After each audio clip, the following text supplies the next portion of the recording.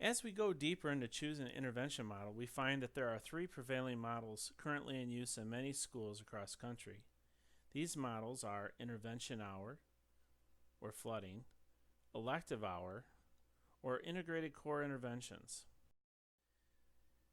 The intervention hour model has the highest degree of flexibility for students to receive intervention. The flexibility is anchored within a master schedule that allows common time in the day where intervention enrichment opportunities are available for all students. This model is frequently utilized in elementary and middle level schools. A nice benefit to this model is that it is easily adapted to new issues and new instructional developments. So one of the greatest things about this model is that if you have students that need intervention, but you also have groups of students that need maybe enrichment activities, which we seldomly can incorporate into our schedules, it can happen because all teachers are on deck supporting interventions during this time.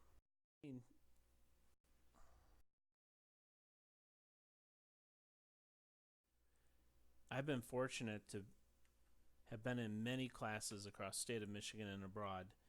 And one of the stories I commonly hear from principals is that when they identify interventions or an intervention strategy, they then train their teachers in the intervention strategy, and they, of course, instruct intervention courses within this intervention hour model. But what they see is a teacher that uses these strategies in intervention hour take these strategies into all of their courses, because most of the time these intervention strategies are just really good teaching practices. So there's this added benefit of including many teachers in the training for interventions and many teachers in the instruction of interventions. The next model is the elective hour structure. With the elective hour, it's very common in middle and high schools. Using the elective hour is an option that requires little impact on the master schedule, since courses that focus on interventions can be incorporated to the regular elective schedules that schools normally already have. Now, the challenge with elective interventions is the same with any elective. You'll have students that are in different activities, say band or special education or other programs, that have that course taking place during the same time that you've been able to carve out time for an intervention. So we've always had this issue. Sometimes, say, a band student who's also a choir student has to choose one or the other. Well, this doesn't really work for us for interventions. If students really need interventions for their core subject areas, but they're in band and they can't take it, that's one of the difficulties of the elective hour. Now, if you can work through those, then you have a very powerful schedule. But that's just one of the hiccups that you have when this happens. And of course, not only the student, if you do choose an elective hour and you have to remove an elective from them so they can be an intervention, you'll have a little pushback from students, but you'll also have the potential to have pushback from parents as well. And so that's something to be prepared to have. As you entertain which schedules to look at, you may look at where the students are testing and decide that most of them are testing outside of a conflicted area, and so you decide to go forward with the elective hour. The next is a fairly difficult one to administer as an administrator, because when teachers go into their classrooms and they shut their doors, it's really hard to tell what's actually happening. It's also hard for them to ask for some support, because there's a blurred line sometimes between the actual intervention and their actual core teaching. So in the integrated core intervention model, you're essentially trying to integrate the interventions into that core time that you've set aside for, say, reading or for math. Generally, we're thinking of this within a 90-minute block, or in some type of block schedule, there's an extended period of time where the teacher is teaching the core.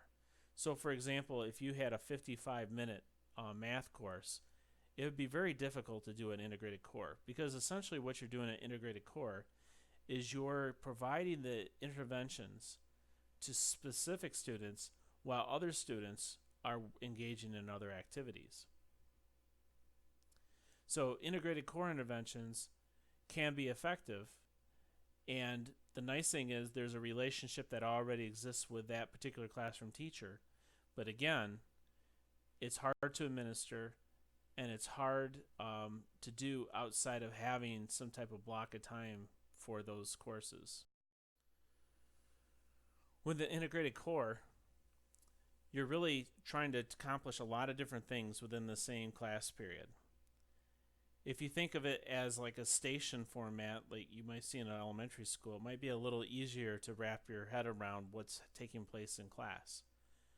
A teacher would structure a given part of the time outside of what they are teaching for Tier 1 core that all students are receiving, time for maybe enrichment activities for students that are doing really well, to activities for interventions for students that are not doing so well, and then maybe one-on-one interaction for the students that are very far behind the rest of the students.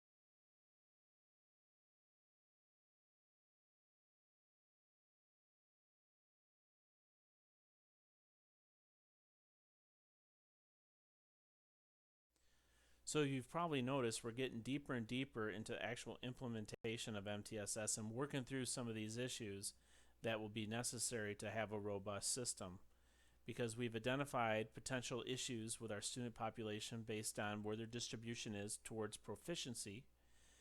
Then we identify what types of activities or interventions would help support students that have those deficiencies. And now we're thinking about what structures that we would need to put in place within our master schedule to be able to facilitate the instructional piece of these interventions.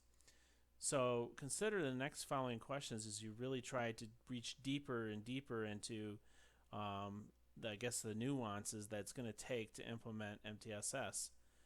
These three questions are: what intervention structures best fit the needs of your students? So if you have an enormous amount of students that need interventions, obviously you're going to have to go to some kind of flooding model, because you're never going to be able to run that many students through an elective hour or even an integrated hour. Then, do you have the climate and culture with your staff to implement what you need, or will you have to work on that before moving into a new model? So only certain staff would be ready for everyone to teach an intervention, because you can already guess initially you're going to have pushback from teachers that have never taught in that type of setting. You may have science and social studies teachers that say, well, I really don't know a lot about fluency, or I really don't know how I would instruct comprehension or math fluency or so on. And so you have to think about, do you have a staff that's really open to change and open to trying new things? Because most of these strategies are so scripted or so easy that you really don't have to have a really deep background. Plus, we can always consider giving maybe the teachers that aren't as talented or have the background in those type of strategies to teach maybe the enrichment pieces within that schedule. And the last question is, if you had to do something to support students immediately, what could you do until you have built the capacity to have a more robust intervention structure? So in other words, if you don't think you have the culture or the climate to be able to start a flooding model right away, then start with a couple intervention courses, because at least students are getting some support. And of course, those experiences are positive experiences with the teachers that are teaching those intervention courses may spread to other teachers when they see the results that those classes are getting. So you have to start somewhere, because every kid's going to need some type of support, and you have to be able to read where your staff is at, and if they're not ready, then start with something small and try to grow it.